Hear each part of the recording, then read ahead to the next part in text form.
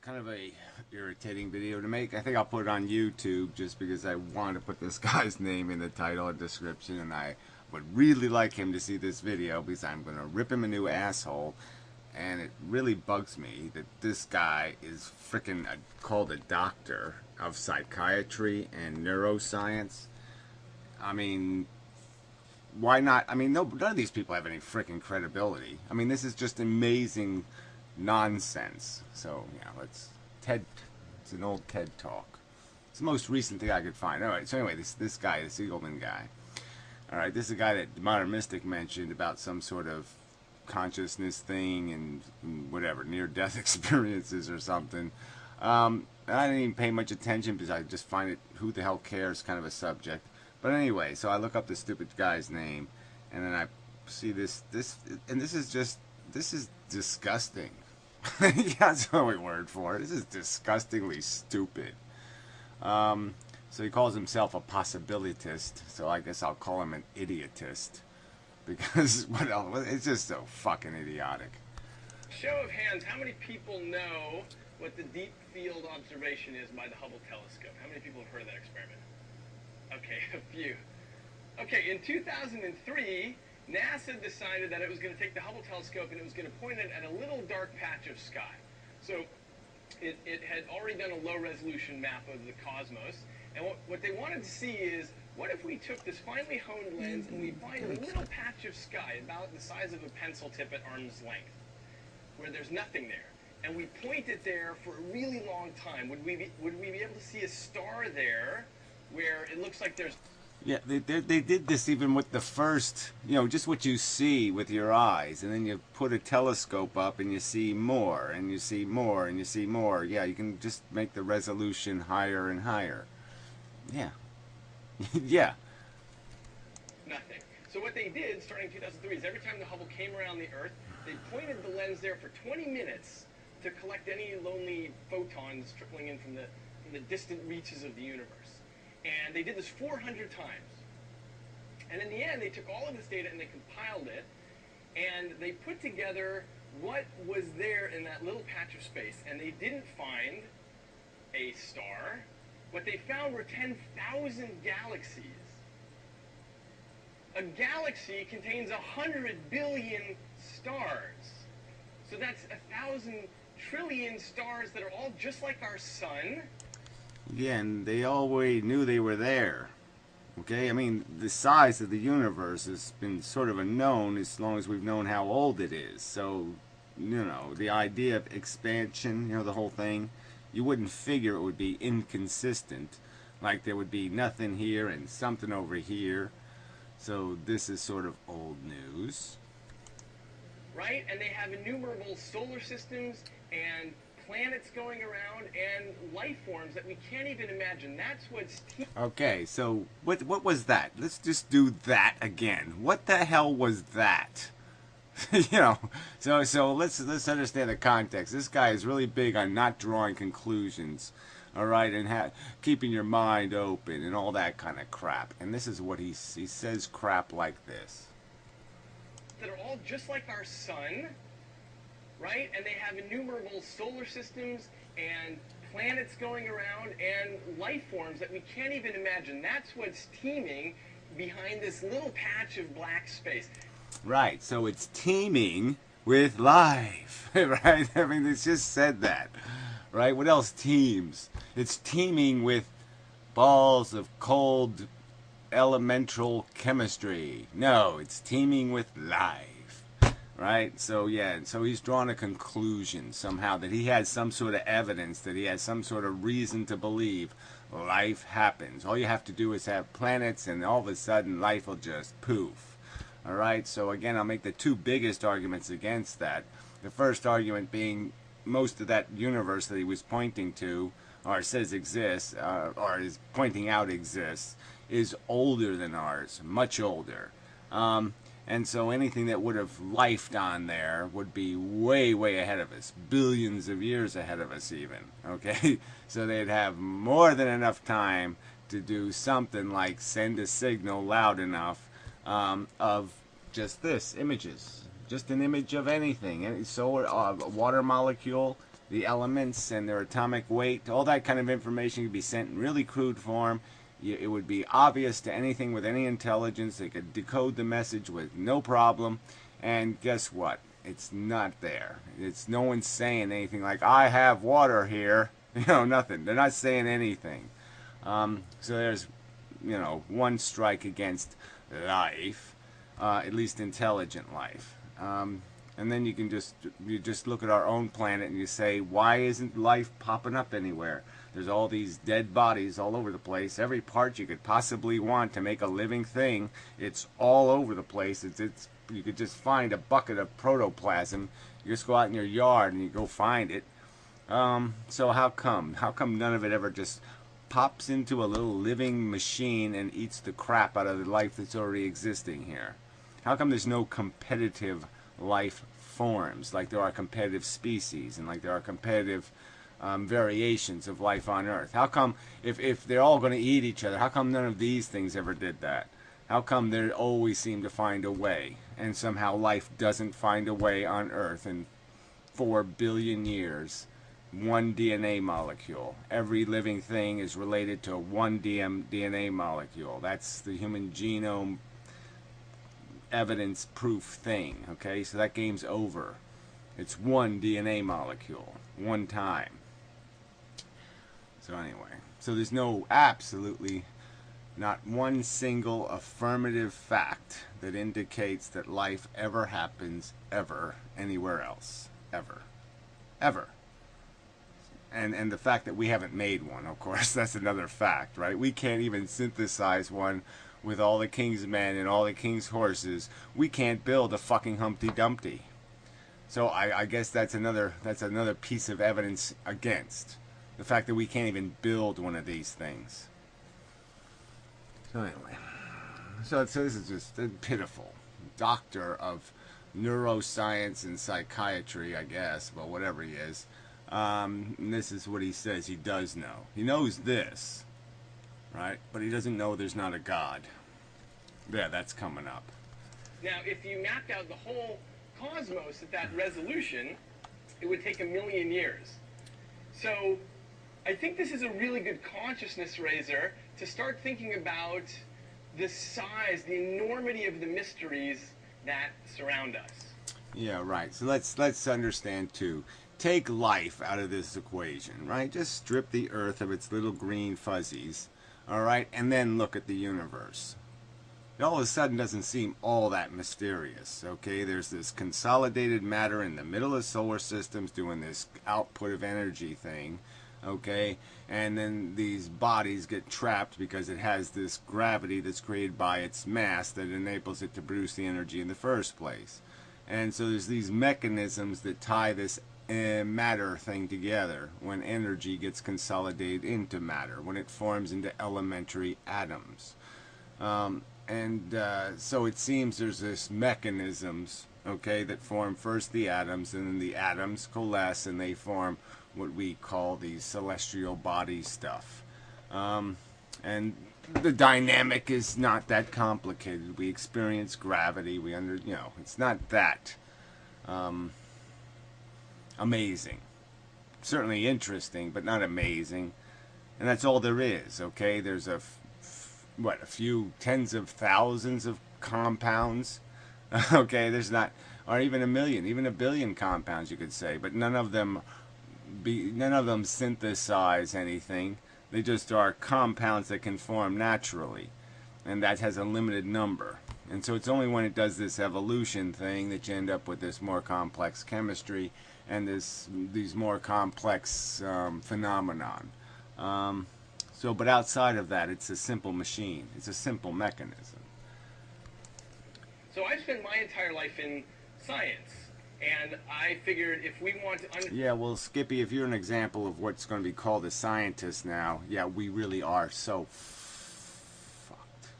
Understand the mysterious existence that we have, there's no better way than to study mysterious. Studying the blueprint, yeah, mysterious. It's been tremendously successful. Mysterious existence we have. Okay, we have unraveled a huge amount of all these mysteries. Okay, so our existence isn't so mysterious anymore. At least it's no more mysterious than a flatworm's existence. All right, we've sort of documented life, and we can go. It points like the evidence for the Big Bang. It all points to a place called abiogenesis. And yeah, we don't have a videotape of it, but guess what? We're all convinced, okay? All the people that are rational are pretty well convinced of the little picture of the man here and the little, blob of nothing down there at the point, the beginning. Not complicated. The evidence is in. It's kind of a story that doesn't need to be told, okay? It's a story you build on. It's not a story you sit there and waste your time saying, I'm not sure of that yet, okay? It's, it's game over. We know what we are. We're biological replicating machines. It's all over our function. It's all over our desires. It's all over our consciousness. It's all over our neurology. You're a frickin' psychiatrist and you don't understand consumption and reproduction? Shit. We've been able to get men to stand on the moon, and we've cured smallpox and polio. He called them cures. We've cured smallpox and polio. No, well, these are the two diseases we didn't cure. Okay, we didn't find a way around them except not getting infected by them. But if somebody releases smallpox, if somebody has a bucket of it somewhere, we're still in big frickin' trouble. Polio, and we've invented the internet, and we've tripled lifespans.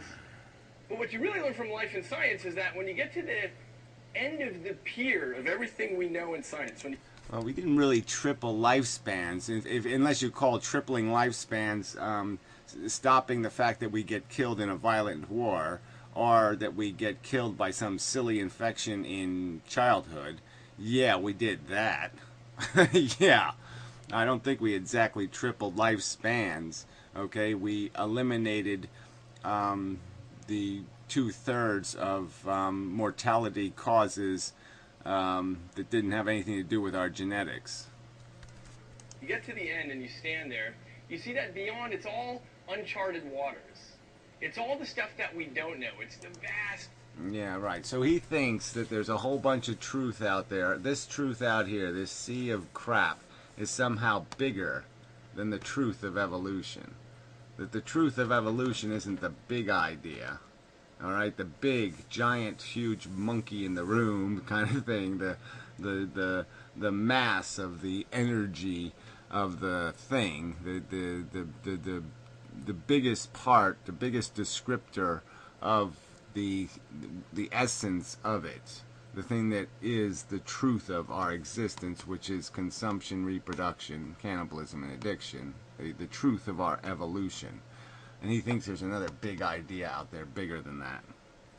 He sees it as this sea of opportunity for some other truth. No, we know what we are. We're a desire mechanism.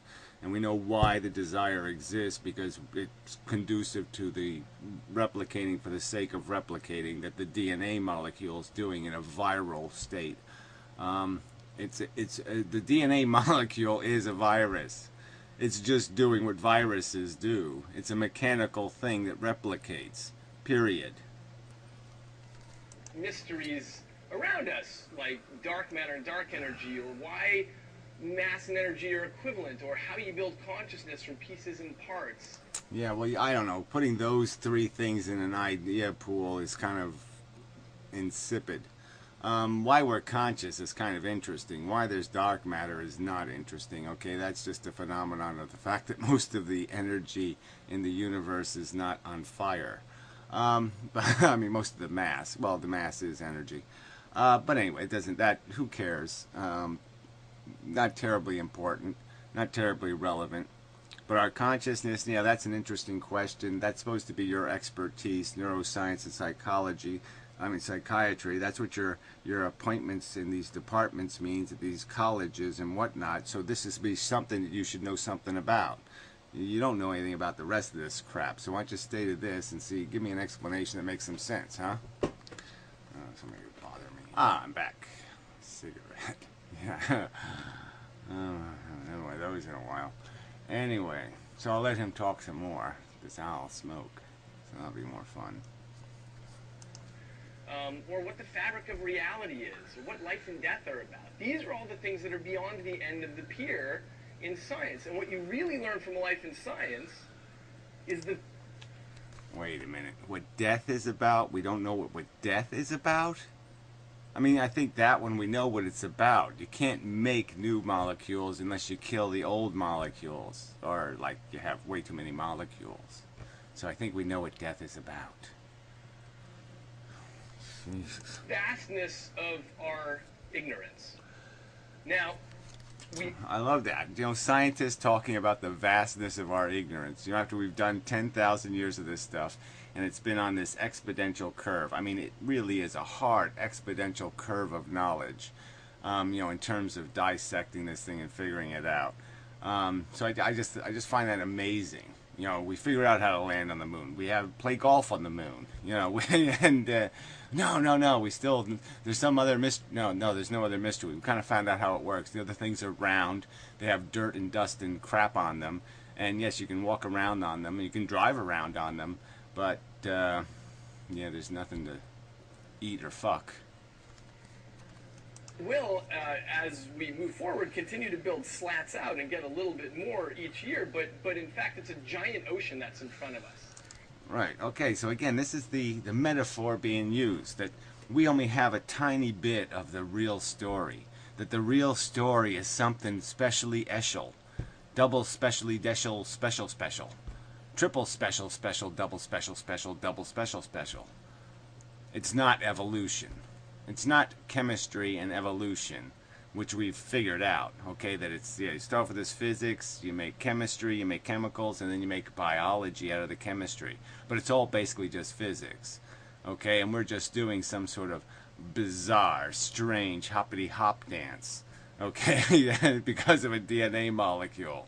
We're being gamed by a molecule that's replicating itself through a insidiously stupid and crude gladiator war. It just throws new models out into the arena and says, beat the old models, okay, over and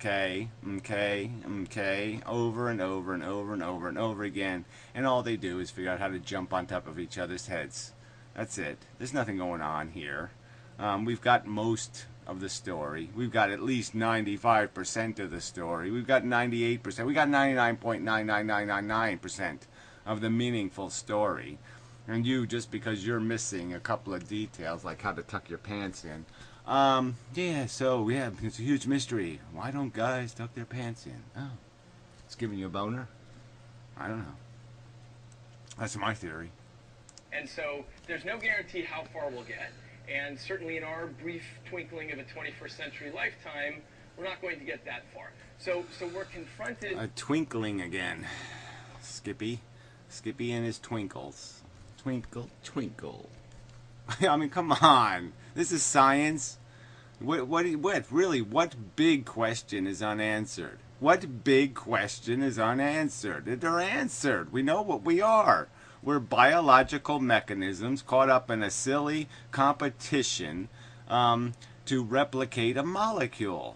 Period.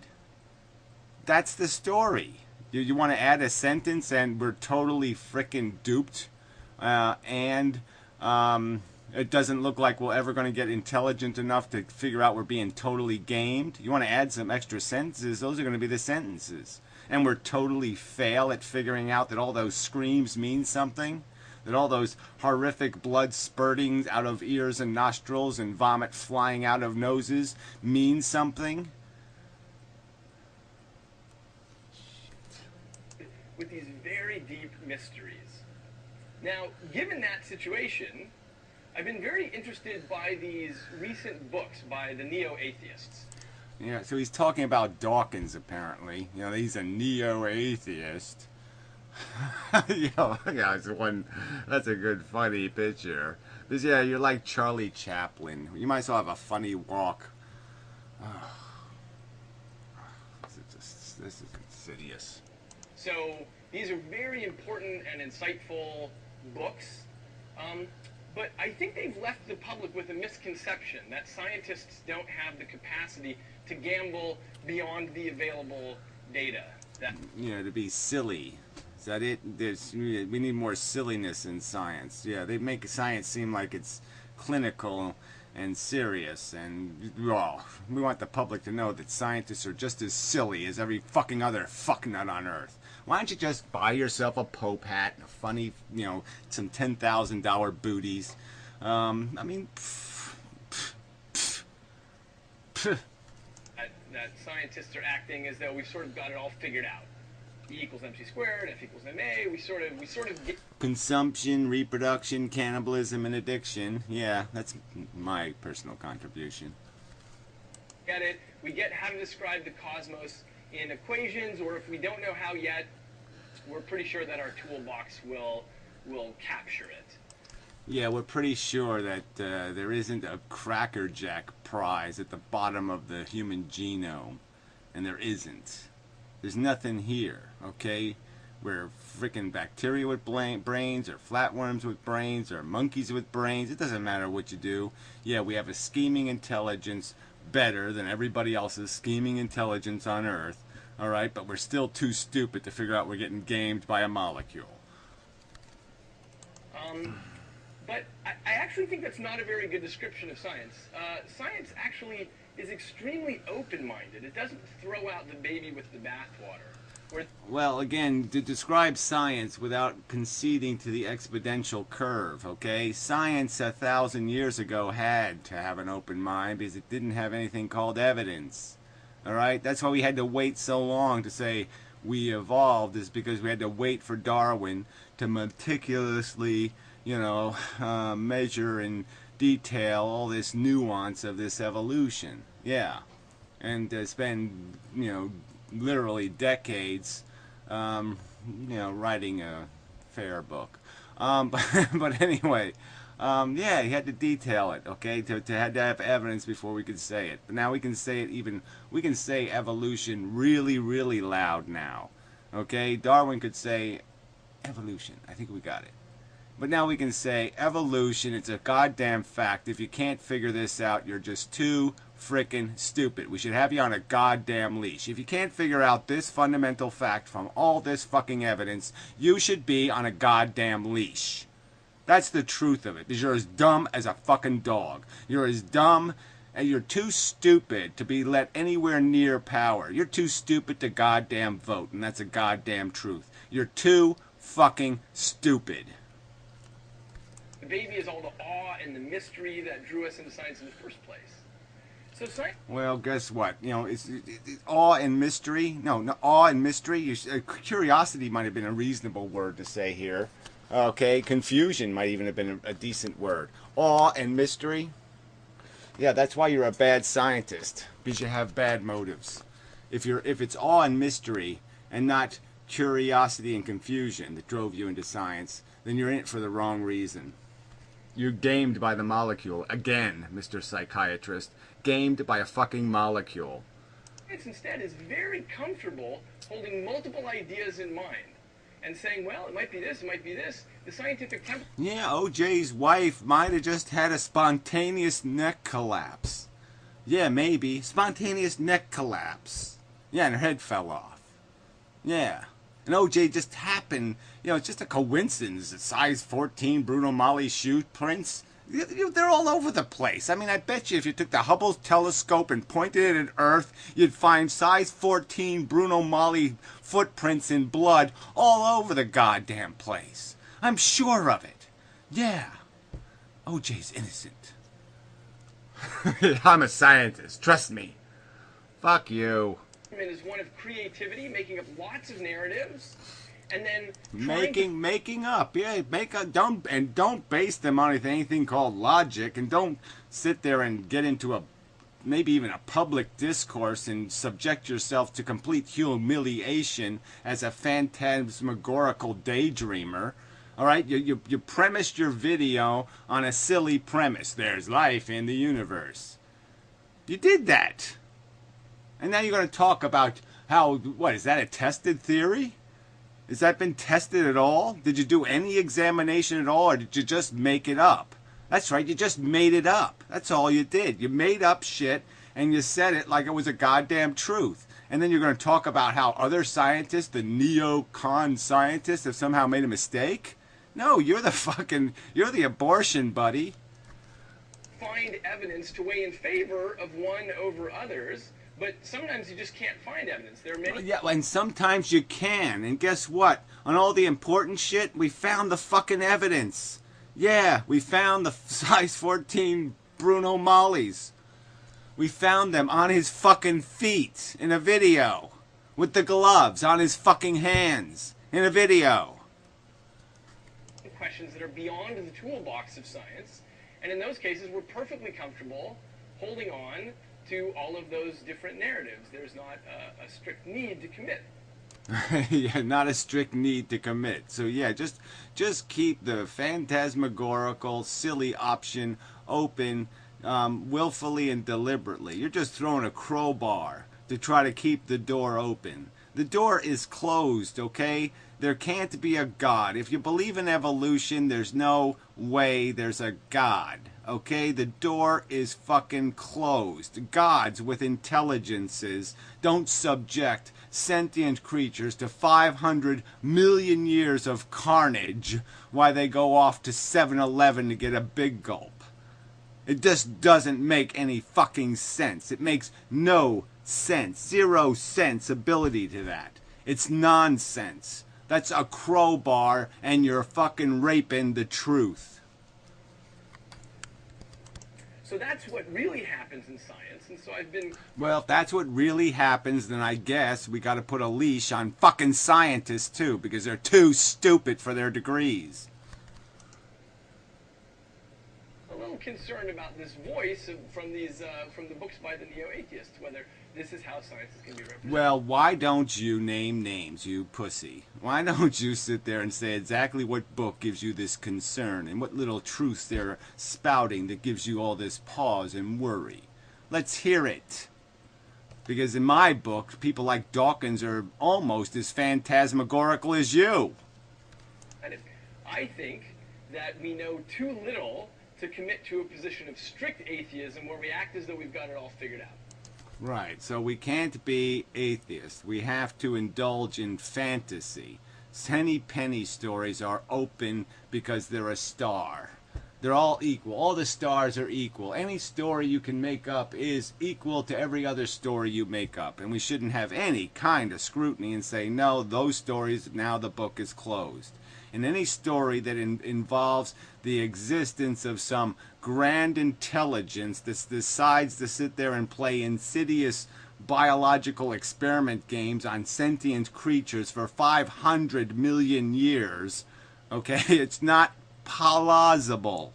It's not consistent with any possibility of connecting those dots. You cannot connect intelligence and sadistic insanity. The two fucking things are not compatible. On the other end of the spectrum, I think that we know way too much to commit to a particular religious position. Yeah, well, commit to a particular religious position. We'll just say the religious position is what? Open? Like the seat is there to be filled? Like there's actually a chair and we're going to find something that's going to fit its butt into the chair? There's some butt that's going to fit in the God chair? Why do we have the God chair? Explain it to me again. What evidence is there of any God chair necessity? What evidence indicates the necessity for the existence of a God chair that needs filling? Oh, that's right. There's absolutely not one single fact except the loopy testimony of crazy fucks to give us any reason to believe there's any chair that needs a God to be sitting in it. So why would we open a door to a ludicrous premise that there is a God chair when we have no evidence indicating any reason to even fantasize about the existence of a God chair? 2,000 religions on the planet, and as has been pointed out by the neo-atheists, everybody already knows what it's like to be an atheist, because all you need to do is look at someone else's religion, and you say, well, that's patently ridiculous that you would believe in that. And of course, they're looking back at you and thinking exactly the same thing. right? Yeah, but it's not exactly the same thing when your theory of the truth is based on evidence and your theory of the truth is based on nothing. Absolutely nothing. 2,000-year-old hearsay evidence. 2,000-year-old hearsay evidence. 2,000-year-old hearsay evidence. Yeah, right. So there are problems with committing to any particular religion. The holy books of these different religions were written millennia ago by people who didn't know about the size of the cosmos and the Big Bang and bacterial infection and DNA and hallucinations and the fabric of reality. They didn't know any of this stuff. They didn't even know much about neighboring landscapes or cultures. Right, and so now we know all that stuff, and for some reason you're still thinking it's not the book that's wrong, right? It's just what they wrote in it. Okay, but there's still a book to write, a little God book. Now, what's funny is every time I sit next to somebody on an airplane, I always ask them, hey, have you heard of the Hubble Deep Field observation? You know, do they ever ask you, like, does anybody ever call you Skippy? I mean, really? Where did you, what elementary school did you get your doctorate from? What the fuck is this? Nobody has, but everybody's willing to defend their particular religious story. And you don't have to be an anthropologist to realize that brains absorb whatever culture is poured into them. Or not, right? Or brains get a little tiny bit of information like, gee, that's just a story, and I shouldn't trust anybody who just tells me a story. The people who are telling me there's a God, well, they also told me there was a Santa Claus and an Easter rabbit, and those stories were crap, so why shouldn't I just assume the other story's crap, too? Right, so if you're born in Saudi Arabia, you're going to love Islam, and if you're born in Rome, you're going to love Catholicism, and Tel Aviv Judaism, and India Hinduism. Well, like I said, none of that has to happen if you have just a tiny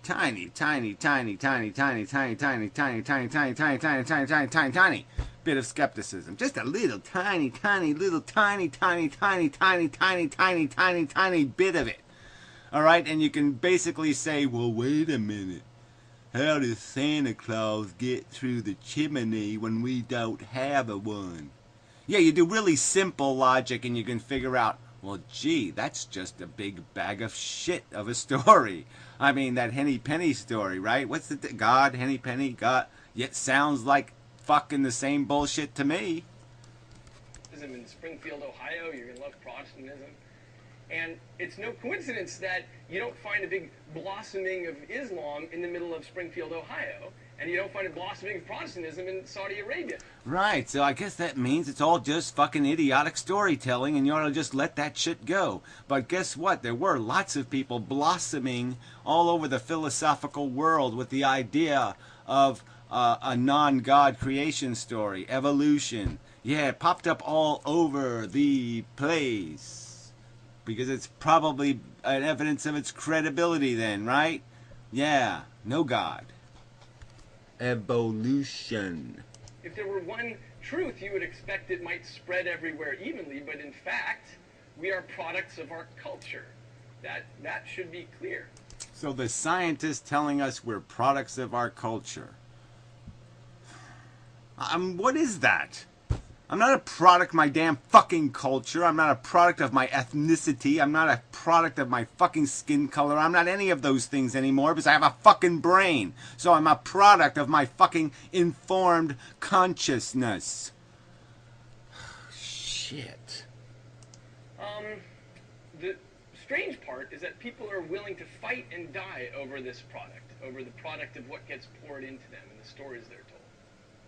Now, Ralph Waldo... Again, it's not poured into them. They embrace it. They see it and they say, feed it to me. They open their goddamn gob and say, pour more crap down my throat.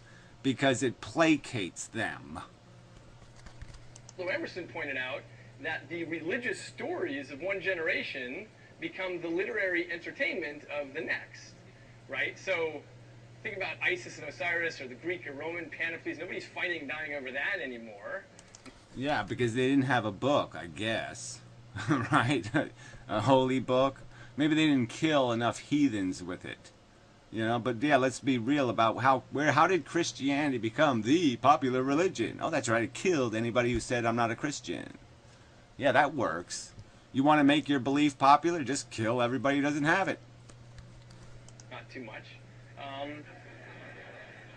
But I'm going to give you an example of this. I don't know if anyone's heard of the creation story from the Bakuba Kingdom in the Congo. Well, I'm going to skip this, because he just goes on a stupid story about how these idiots believe that some white giant puked up the fucking universe and then puked humans. Yeah, okay, fascinating. I'll skip ahead.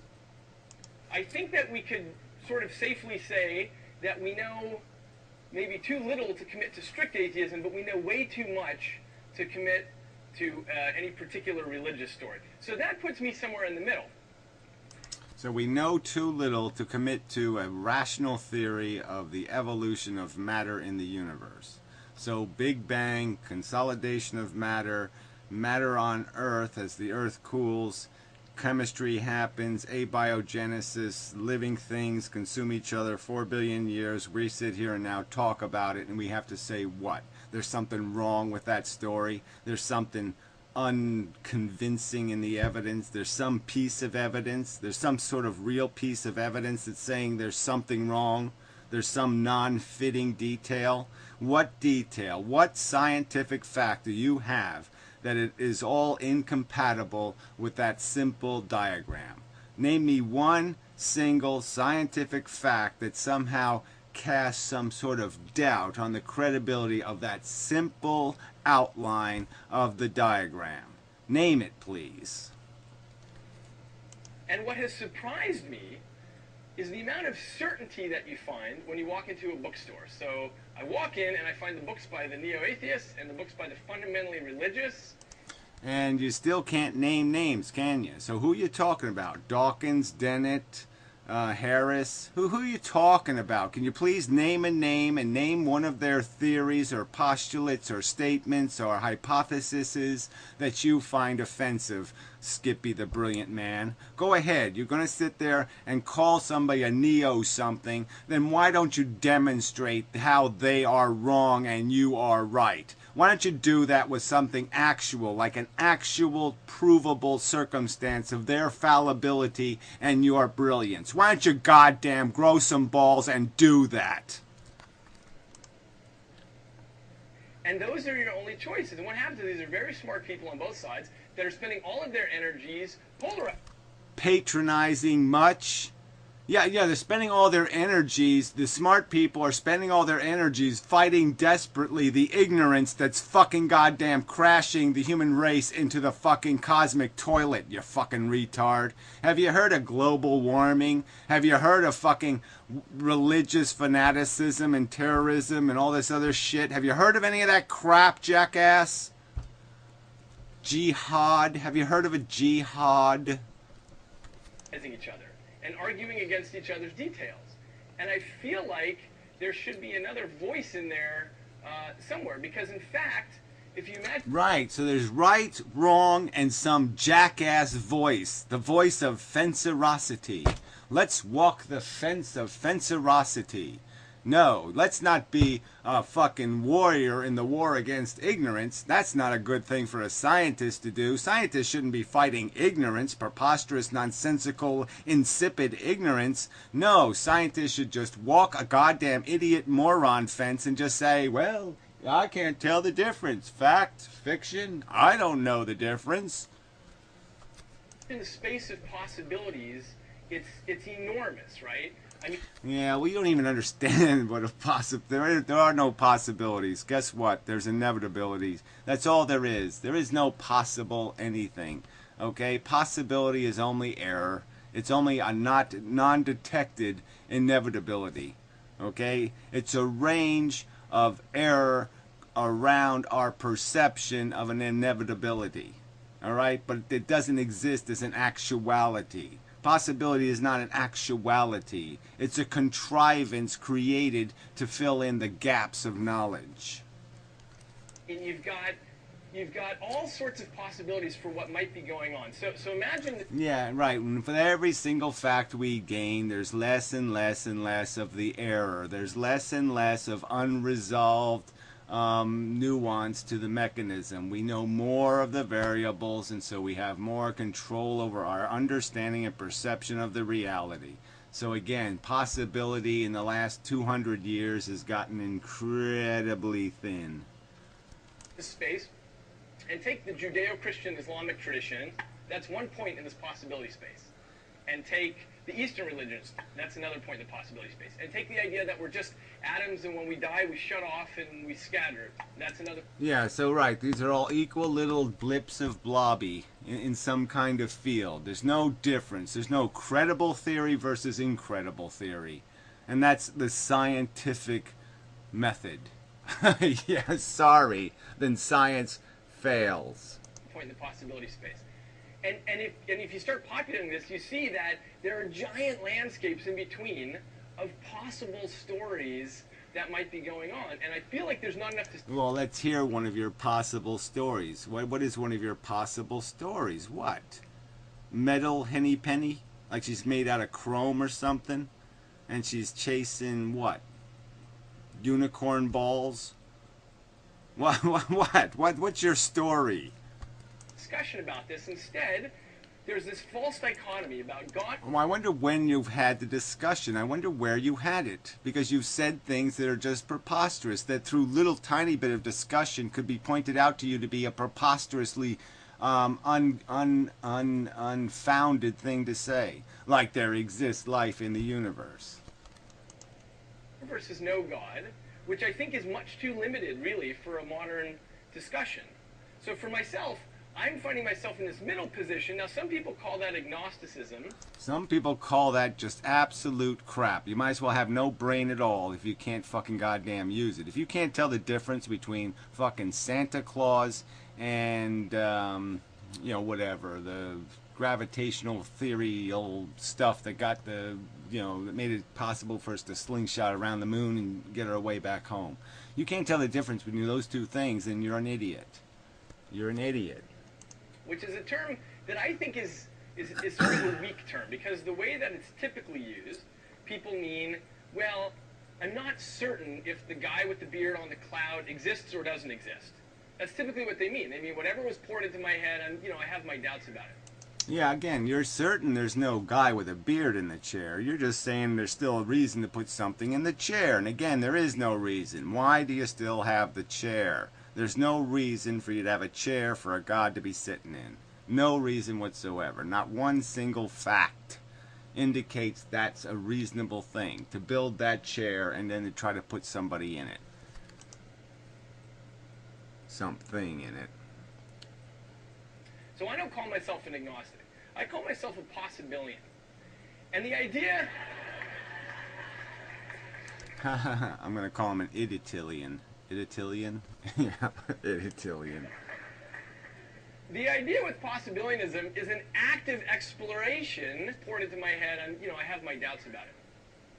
So I don't call myself an agnostic. I call myself a possibilian. I didn't do that. That's a flaw in the video. The idea with possibilianism is an active exploration of this giant space, trying to make up new narratives and figure out new stories rather than getting caught in this false dichotomy. Right, of evolution. Evolution against phantasmagorical, silly stories about intelligences that conduct sadistic experiments. Yeah. So we, you know, those two theories, evolution, sadistic intelligence. Those are the two choices, right? There's really no other two choices, is there? There's abiogenesis and evolutions based on chemistry and physics and the Big Bang Theory. And then there's sadistic intelligence.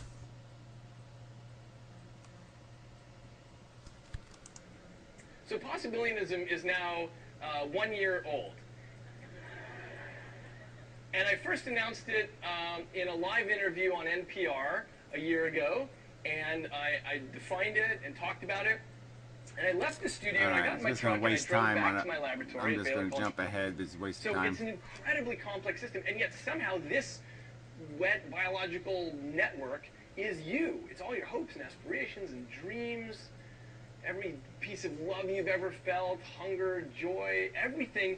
This is you. And the reason we know this is because if you lose a part of your pinky, you're no different, right? But if you lose a piece of brain tissue of that size, you're a completely different... Well, I think we know it for a lot other reasons than that. You don't have to whack off a piece of it to figure all this stuff out, but whatever. Alright, I'm almost out of battery here, so this might abruptly end. So anyway, he was just about how this possibilityism, this growing movement across the world, has got 10,000 hits on his website, and blah, blah, blah, blah, blah, blah. Everybody's a possibilityist now, and they spell it different, and that's possibilityism, and blah, blah, blah, blah, blah, blah. And so let's get to the end of this tripe. To geek out, you should feel free to cite the gospel of science to tell the 3 words that are the most important 3 words that science ever gave to humankind. Here we go.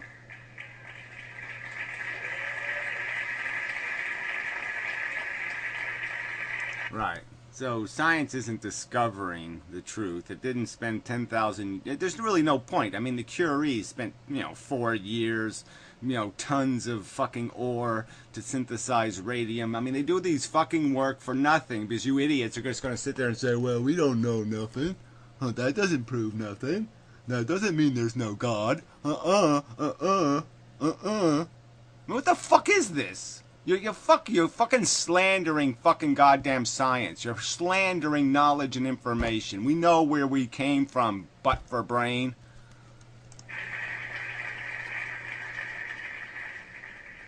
So my message to you is to go back out in the world today and be comfortable with the idea of holding multiple hypotheses in mind. And this is not just a plea for simple open-mindedness.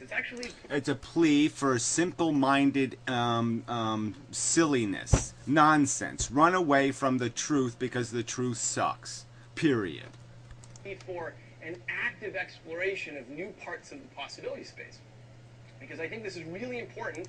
Yeah, the possibility space that's essentially being turned into nothing. There is no possibility space.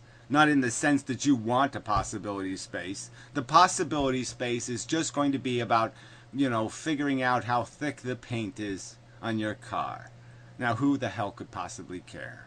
That's the only possibilities left open. The possibilities left open are nothing. Okay? The game is over. The truth has been revealed. The man behind the curtain is quite fucking goddamn visible. It's time to quit pretending. It's time to take your eyes off of the magical fire Oz, okay, and just look at the asshole behind the fucking curtain and realize, oh fuck, we've been gamed by a molecule.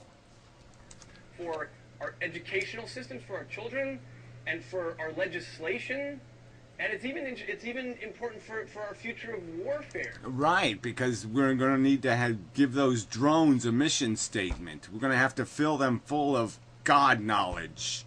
Knowledge of God. Knowledge of do it for the chair, the God chair. Do it for the progress of the humankind so we can put something in that God chair. Maybe it'll be you, Mr. Drone Bomb. Yeah, maybe that will be our God in the end. The little drone bomb. It'll be smarter than you fuckers, you fucking scientists. Because at least they won't be sitting there going, I don't know how her head fell off. I don't know. We have a spontaneous neck collapse theory, but that's the only one we have so far. Spontaneous neck collapse, or I don't know. I don't think it's possible that somebody could have pulled a knife out of their pocket and cut her head off. I don't think that's possible. Somebody in size 14 Bruno Mali shoes. I don't think that's possible. That somebody could have been in size 14 Bruno Mali shoes with blood type identical to O.J. Simpson. I don't think it's possible that somebody could do that. Pull a knife out of their pocket and cut her head off. That's not. No, it's got to be a neck collapse. It's got to be. Spontaneous neck collapse. Against other peoples of arbitrary deities and cultures against whom we have historically been willing to take up arms.